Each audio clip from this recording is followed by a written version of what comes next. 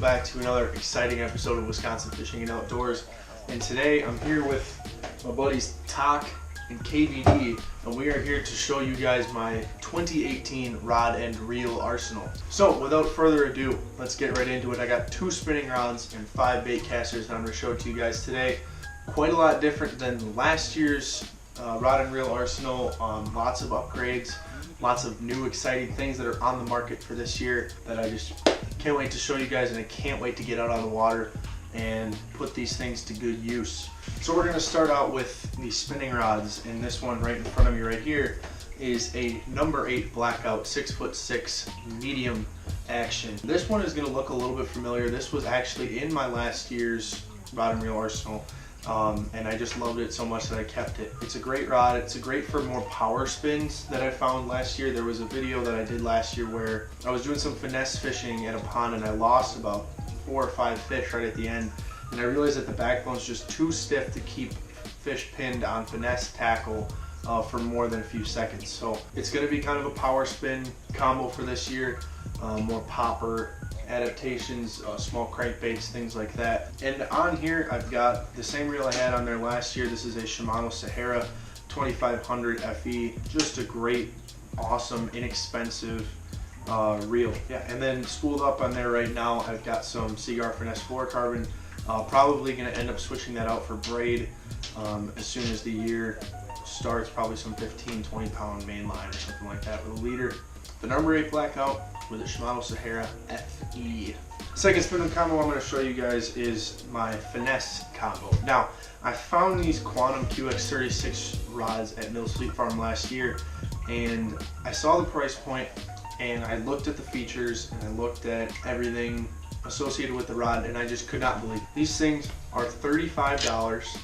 Sometimes if you can find them on clearance, because this is actually last year's model. They came out with a new one for this year. Same exact rod, just a little bit different design. These rods, you can find them on clearance for about 20 bucks. 20 bucks at Fleet Farm, Walmart, wherever you go, and they're great. They got a bunch of guides, and this is a 7-foot medium, and the tip, I don't know if you can tell right here, it is crazy sensitive.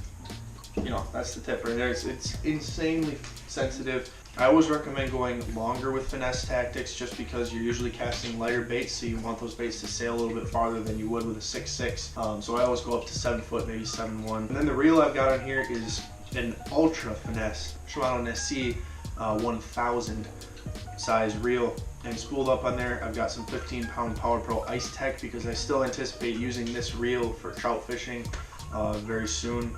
Yeah, so Quantum QX36 7-foot medium with that 1000 size Shimano Chronarch Ci4 Ultra Finesse setup. Alright, let's get into the bait casting lineup.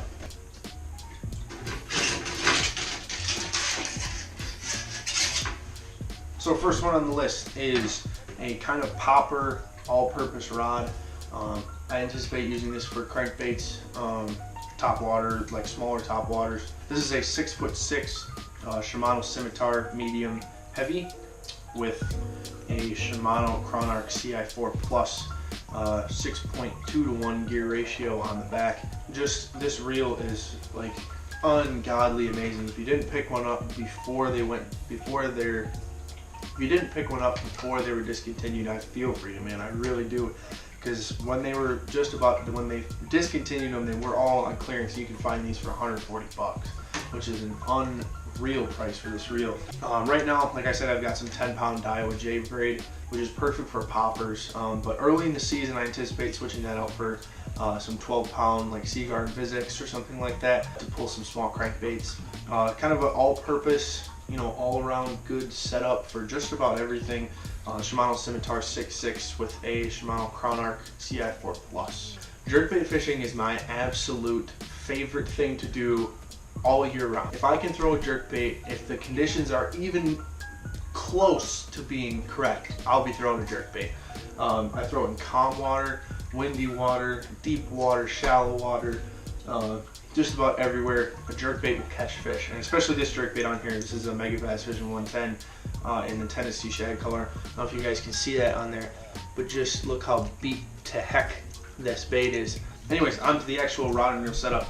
This is a 13-5 black, 6'8" medium, and this is hooked up to a Shimano Canon 7.2-to-1 gear ratio. It's the Canon 100 HG. I fell in love with this thing as soon as I picked it up, put it in my hands. This reel is great. That 7.2-to-1 really lets you crank that jerkbait. As soon as you jerk it and reel up the slack, you're ready to keep jerking it. And yeah, this rod was unbelievably inexpensive. I think I bought this for like 35 bucks too at Mills Fleet Farm. And it's a great little jerkbait stick, super lightweight, like really, really lightweight. This thing is a feather in your hand. A really ideal jerkbait setup. You always want a shorter rod for jerkbait fishing, something preferably under 7 foot, and with a high gear ratio reel. Anything above 7.2, 7.3 is a really good option. I'd even go as far up as like an 8. Really pleased with it. Can't wait to get it out on the water this year. 13-5 black, 6'8" medium with that Shimano Canon 100 HG. All right. Next up is my Topwater setup for this year. Yes, I know that's fluorocarbon. I will be switching that out for some heavy braid very soon. But this is a St. Croix Bass X 7'1" medium heavy.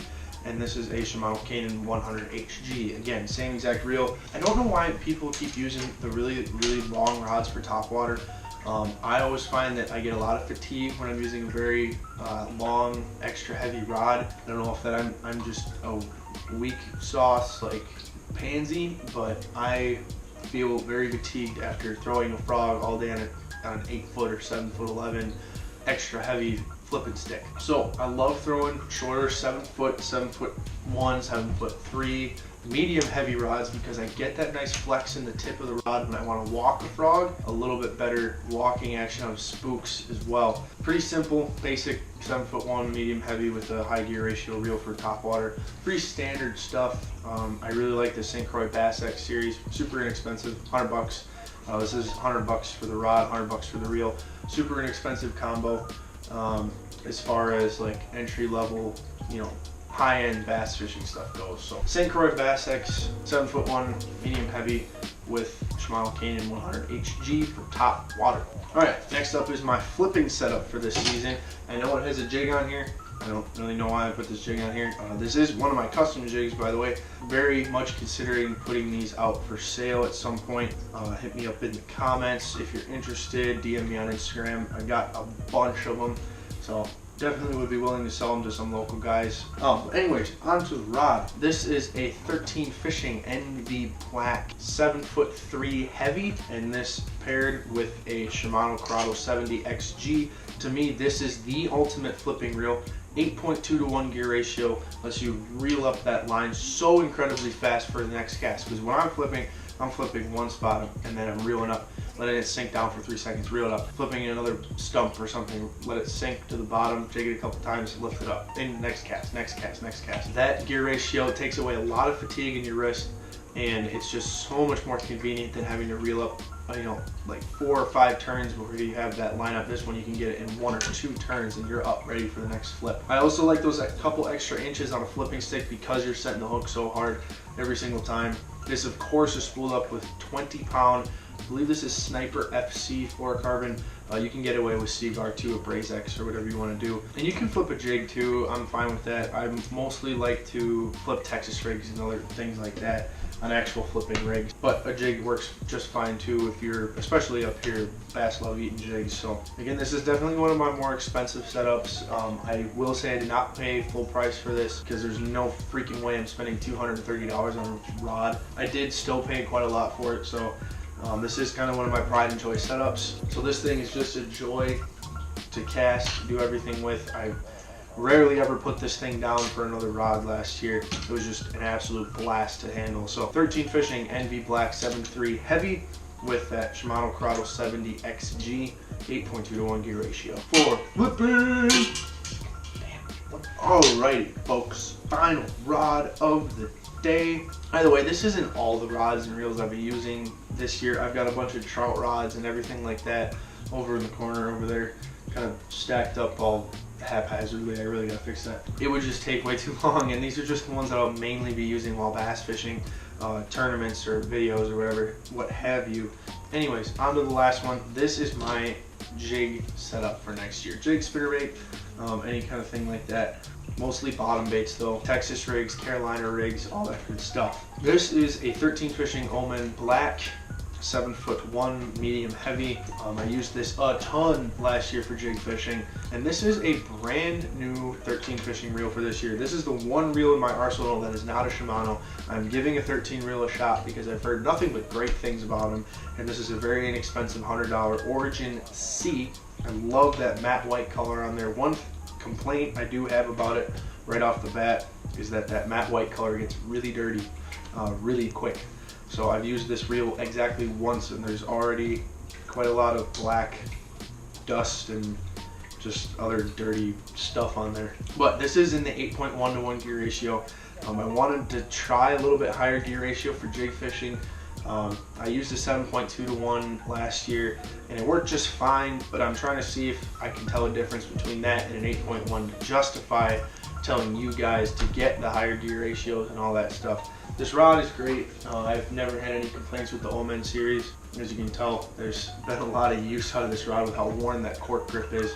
But yeah, so far, just even testing this reel out a little bit, I was thinking about doing a review on it, but it's just not warm enough here to even, you know, consider fighting a bass or anything like that yet, even in private ponds and stuff. So, but yes, it casts great. I haven't had a problem with it yet. The brake system's a little bit different on these reels. It's like a dial instead of it's a dial on the inside of the plate rather than, you know, the SVS system or a dial on the outside. So it's a little bit different that way, but I'm absolutely stoked to get this out on the water for jig fishing very, very soon. So 13 Fishing Omen Black with a 13 Fishing Origin C 8.1 to 1 gear ratio for jig fishing. Talk, you got anything else, dude? Where you at? Come on. Buddy. Oh look, there's food. Want some food? Should I wrap it up?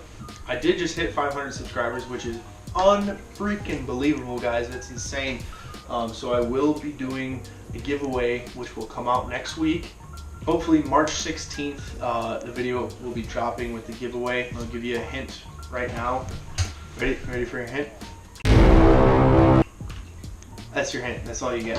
Hopefully that gets you guys a little bit pumped for what's to come. Yeah, other than that, I think that's about it. If you guys have any questions about any kind of the rods, reels in this video, all the price points and where you can buy these will be in the description. The lines that I like to use will also be in the description. The baits. Be sure to click that subscribe button, because now that we're past 500, we're on the road to 750, then we're on the road to 1,000, and we are solidly moving up from 500. So it's so cool to see. So cool to see the support on some of my older videos as well. This is an unbelievable amount of support that I'm getting right now, especially on a smaller channel. So thank you guys so much. You make all this possible. You keep me going, and you keep me making these videos. You keep me editing. You keep me going out and filming. Even when some of these trips have failed, especially this ice fishing season has been a complete show. Thank you guys so much for watching, and we'll see you next time on Wisconsin Fishing and Outdoors. Peace!